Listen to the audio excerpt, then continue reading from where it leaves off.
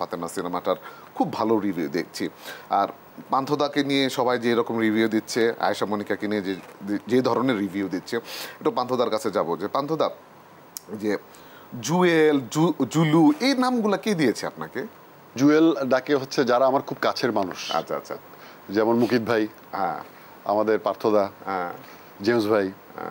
James ভাই আমাকে ডাকতো জুলহাস, জুলহাস, এক একজন এক এক নামে ডাকতো। মুকিত ভাই আমাকে ডাকে জিল্লু, জিল্লু। পার্থদা ডাকে জুয়েল। আসলে আমার ভালো নাম হচ্ছে জুয়েল পান্থ। জুয়েল পান্থ কানাই হচ্ছে আমার নিকনেম ছিল। আচ্ছা আচ্ছা। সো যখন আমি গান গাওয়া স্টার্ট করি তখন না অনেকগুলো জুয়েল আর কি, মানে ইন্ডাস্ট্রিতে অনেকগুলো জুয়েল, যেখানে যাই, চা খেতে গেছি, হ্যাঁ এই জুয়েল এক কাপ চা দে তো, মানে এত জুয়েল হয়ে গেছে। তো ভাবলো যে না, এই এই ইংরেজি নামটা বাদ দেওয়া উচিত আর কি, একদম খাঁটি একটা বাংলা নাম, যেটা আমার নাম আসলে। তো পান্থ আমার টাইটেল, কানাই আমার নিকনেম। আমার নানি আমাকে এই নামটা দিয়েছিল, কানাই। Why not Pantha Kanai. অভিনয়ের প্রতি যে একটা সুপ্ত বাসনা আপনার নাকি ছোটবেলায় ছিল, সেটা দীপজল ভাই, ফরিদি ভাইকে দেখে নাকি? হ্যাঁ হ্যাঁ, না ছোটবেলা থেকে আমি না, মানে নায়ক তো ভালোই লাগতো তখন ছোটবেলায়, যখন অমিতাভ বচ্চন, সঞ্জয় দত্ত, তখন স্কুলে পড়ি আর কি, তখন ওদেরকে দেখে সঞ্জয় দত্ত যখন ভিলেন হয়ে গেল না, মানে খালনায়ক হয়ে গেল, তখন আমি খুব ফলো করতাম, জানেন, ওই চুল মুল, মানে সানগ্লাস, মানে প্যান্ট, মানে এলাকার মধ্যে একদম পুরো সঞ্জয় দত্ত। হ্যাঁ, তারপরে তো আস্তে আস্তে মানে ওই সেই সঞ্জয় দত্তকে দেখে মানে খুব আমরা ইন্সপায়ার। তারপর ফরিদি ভাই হয়ে গেল মানে ভিলেন, হ্যাঁ। তখন থেকে আর কি একটা মানে মনের মধ্যে একটা লাড্ডু ছিল যে যদি কখনো অভিনয় করতে পারি, কিন্তু সেটা গানের ব্যস্ততার মধ্যে না, মানে তার মন জুড়ে খালি গানই ছিল আর কি। মানে আমরা এই গল্পে আসবো, একটু আয়েশা মনিকার কাছে আসি, যে আপনার তো অনেক গুণ, আপনি পরিচালনা করেন, এখনো করছেন, স্ক্রিপ্টিং করছেন, উপস্থাপনা করেন, অভিনয় করলেন, কিন্তু বড় স্ক্রিনে এই প্রথম নিজেকে দেখলেন, রিভিউ পাচ্ছেন, কেমন? রোমাঞ্চিত না? হ্যাঁ, মানে বড় পর্দায় নিজেকে দেখা, আর যে মানুষগুলো দেখছে হলে এসে ছবিটি, তাদের যে থাকে না যে সুলতানা ক্যারেক্টার নিয়ে তাদের যে ভাবনাটা, এই জিনিসটা আমার কাছে মনে হয়েছে যে সামথিং ওনারা কানেক্ট করতে পেরেছে। পুরো সিনেমাটার মধ্যে খুব একটা বেশি আপনাকে দেখা যায় না, বাট যতটুকুই ছিল ততটুকুই মানুষের চোখের মধ্যে রিমার্ক হয়ে আছে। এটা কিন্তু আমি ব্লেসিং মনে করি। সেই ক্ষেত্রে কি মনে হয় না যে আমি তো ক্যামেরার পিছনে অনেক কাজ করেছি, আমার ক্যামেরার আগে আরও একটু আগে আসা দরকার ছিল, এরকম কিছু?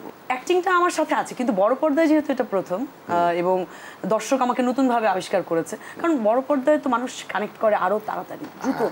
তো ওই জায়গা থেকে আসলে আমার মনে হয় যে বড় পর্দায় যে মিসিং বিষয়টা সবাই বলছে, শিল্পী মানুষদের কি আসলে ক্ষুধা থাকে, ভালো চরিত্র পেলে, ভালো নির্মাণ বা নির্মাতার গল্প পেলে, থাকে না যে অবশ্যই আমি করতে চাই, এবং আমি আশা করি যে সামনে আমাকে মানুষ পাবেন বড় পর্দায়। পান্থদা, এই সিনেমায় আপনি একদম রিয়েল চাটগাঁয়ের, আপনি তো চাটগাঁয়ের মানুষই।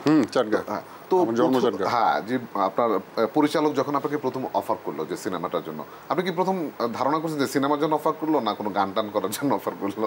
যখন ফোন করছে আমি ভাবছি আমাকে গানের জন্য, সবাই গানের জন্য, কারণ আমি এমনি ফিল্মে গান গাইছি, কিন্তু সবই ভিলেনের গান। আমাকে দিয়ে নায়কের গান, কিন্তু এমনি ফিল্মে গান। আমরা বিশাবের গানই দেখেছি, ফরিদি ভাইয়ের গান, ফরিদি ভাইয়ের গান আছে, দীপজল ভাইয়ের গান আছে, আমার আরেক প্রিয় আর কি অ্যাক্টর। তো পরে দেখলাম যে না, বলছে অনারে তো ইয়া গরম ফুরবো, চরিত্র প্লে গরম ফুরবো,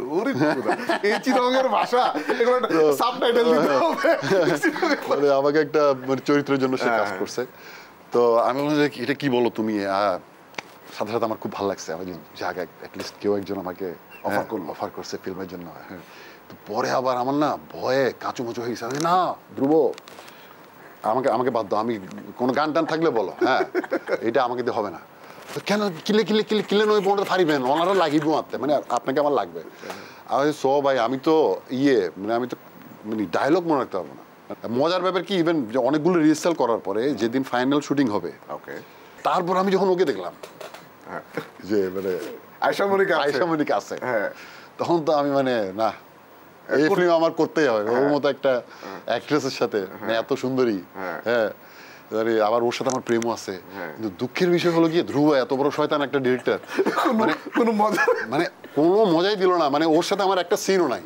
আর ও পুরা নায়িকাকে মানে আমাদের ফাতিমাকে ফাতেমা। আমার সম্পর্কে সমানে বদনাম করে গেল, কিন্তু পুরো ফিল্মে ওর সাথে আমার দেখাই হলো না। এই একটা দুঃখ আমার এই ফিল্মে। অন্তত আমরা এই গল্পটা দর্শকদের জন্য এখনই রিভিল করছি না, বিরতির পর এসে বাকি গল্পটা করবো। আমি একটা ছোট্ট বিরতি নিয়ে নিচ্ছি। দর্শক নিয়ে নিচ্ছি ছোট্ট একটি বিরতি, কোথাও যাবেন না, ফিরছি অল্প কিছুক্ষণ পর।